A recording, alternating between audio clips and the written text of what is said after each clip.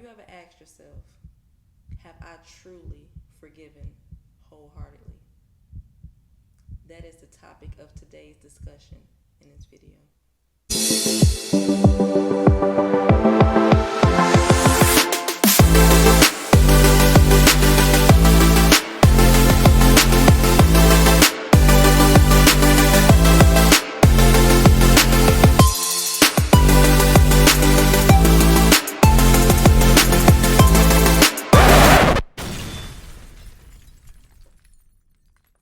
Bringing up past issues shows that you truly have not forgiven.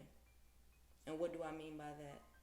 It could be in a relationship, it can be your sister, it can be your boss, it can be your best friend, it can be your children, whoever. If you constantly dread on what one has done to you, every time a disagreement might come upon a situation, that truly shows that you're still lingering and holding on to that hurt and truly have not let it go. I know I'm not the only one that can attest to this, but the weight of unforgiveness is heavy.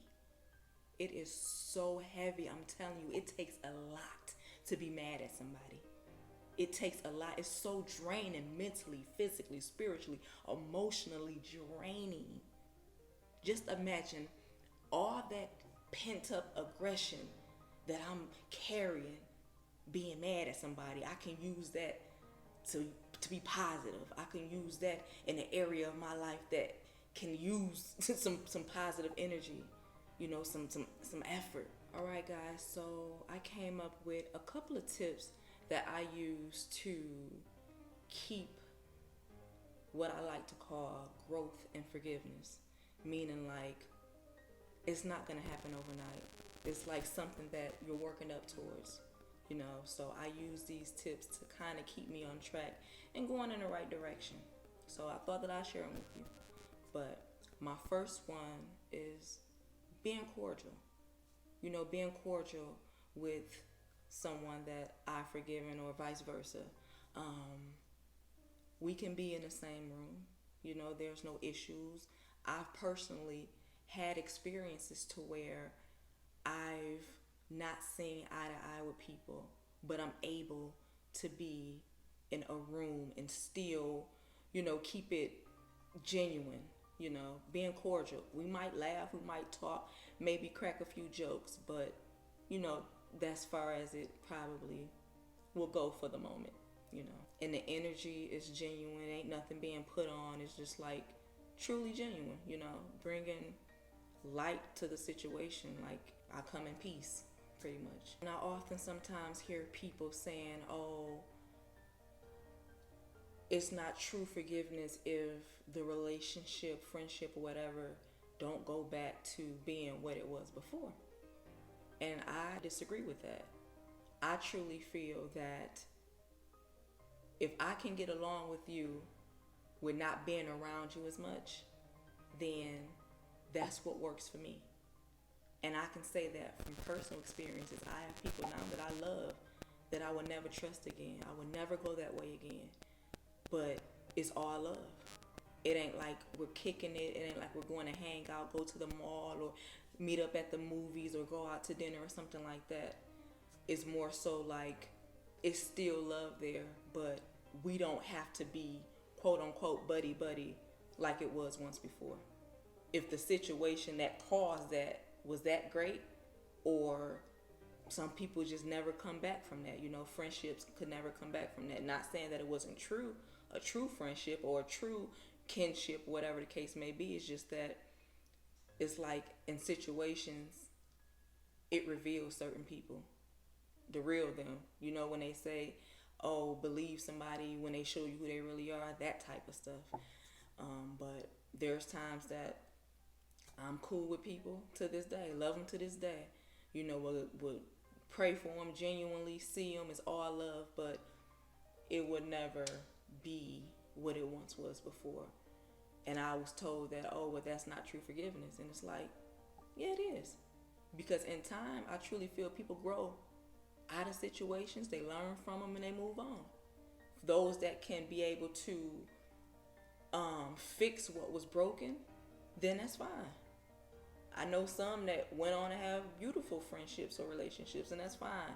But that don't happen for all people. You know, some situations was meant to break you, to show you certain things and certain people, you know. And like I say, time reveals all.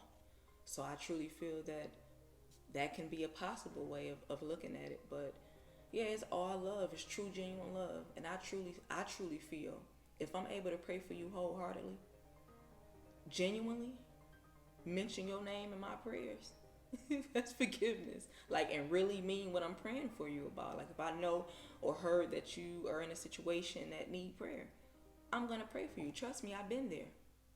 I truly been there, where I had to pray for people that I know that didn't care for me, that didn't have that same genuine love, you know, as I had for them. It didn't stop me. You know, I'm not letting somebody's opinion or how they feel dictate my blessings. You know, so I'm not saying that you're not gonna ever get upset. We're human. I can probably be upset after I make this video about something, but I don't let those negative feelings control who I am. I don't let it dictate my character, you know, because you know when we get mad, some of us get mad and step out of character. And then when you come back to, you be like, dang, I ain't even mean to do that, or I ain't even mean to say that. Like, that's not in your character to do that or say that. But once you upset, it's like, you know, you can pop off at any given time and say anything. But I've learned not to let other people's emotions control my emotions, if that makes sense. So if you feeling the type of way about me, that don't mean that I go back and feel that same way or even worse about you. I'm just gonna pray for you, wipe my hands with it, and keep it moving. Like I can be around family members, people that I love, and it's like the way we get along and the way I keep my peace and my sanity is to stay my distance.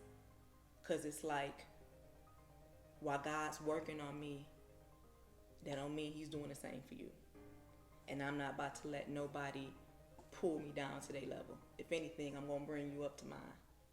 It's blessed up there, you know. So I look at it that way, and I just grown to know that certain personalities don't mix, and that's okay. You got some people that are soft-spoken and, you know, chilled, and you got some people that's larger than life personality, and they might not click just on the strength of that, but that's okay. It don't mean that they hate each other. It's just that, you know, we cordial, but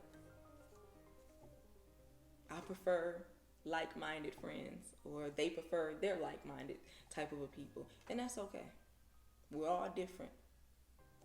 By me using this terminology, growth and forgiveness, I always know that God gonna come with a test to test what I said. I'm gonna give you guys a quick story time. It's just real quick and straight to the point.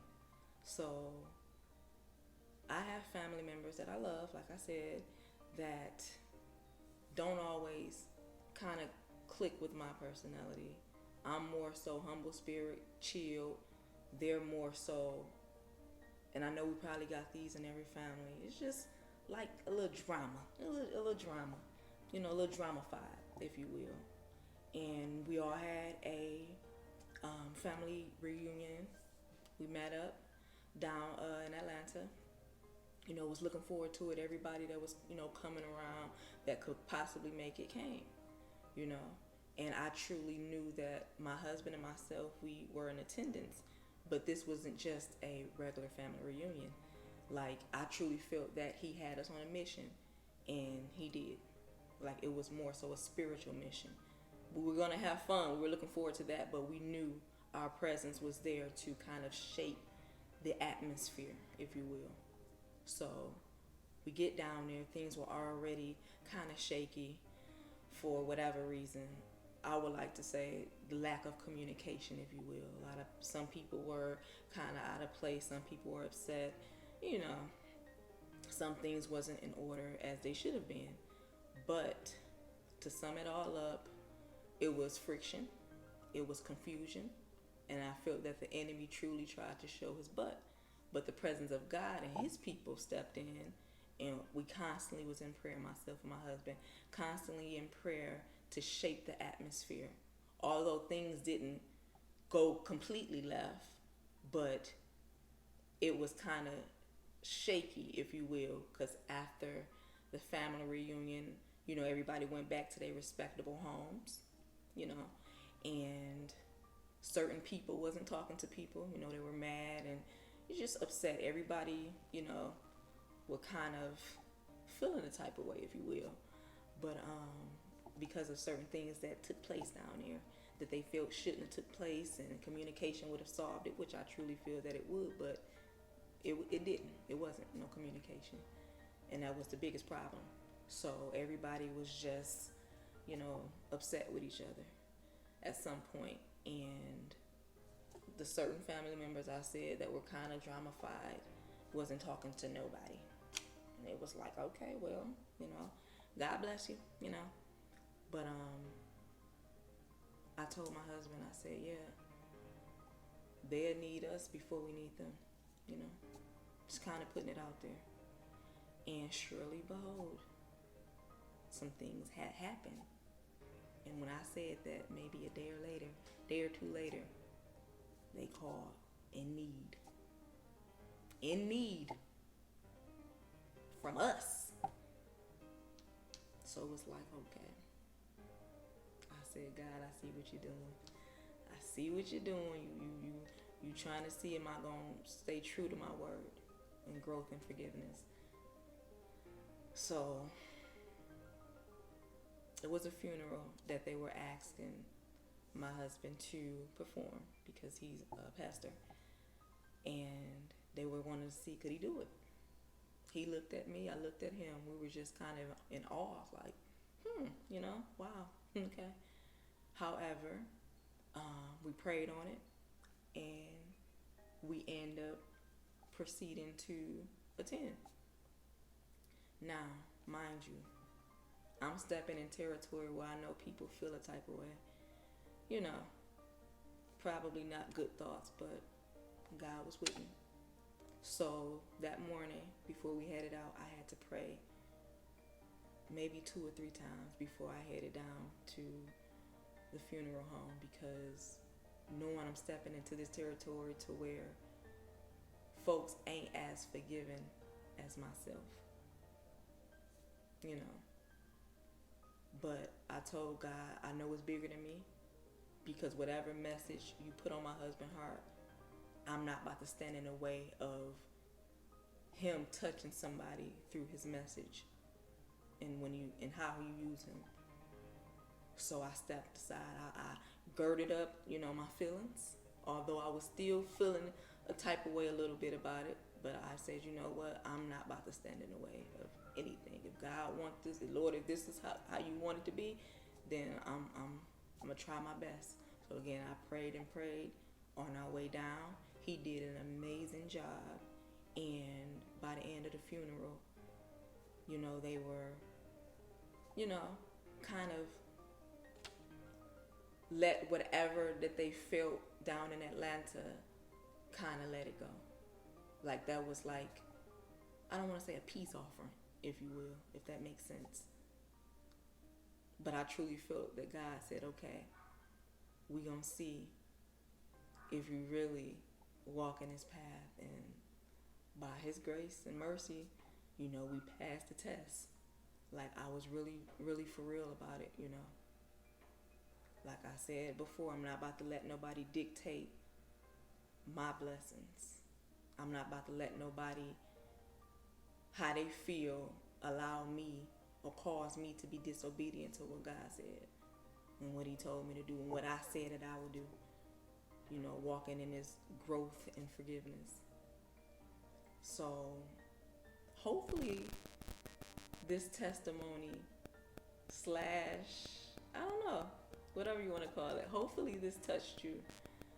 I pray that everybody received it. Again, leave in the comments below if you have some steps as into your growth and forgiveness, And if you forgiven, if you couldn't, if you thinking about it, and leave it down in the comments below. I would love to converse with you guys on this. I mean, like I say, it's a walk in progress. I ain't gonna wake up and say, oh, everything is peachy, everything is great, because sometimes it don't be that. Sometimes it takes a little bit time for us to get there. But long as we get there, you know. So hopefully you guys received this video. If you liked it, enjoyed it, give it a big fat thumbs up. Share if you will. You're more than welcome to do so. And make sure you guys subscribe to the channel. Hopefully you guys lock in. See ya.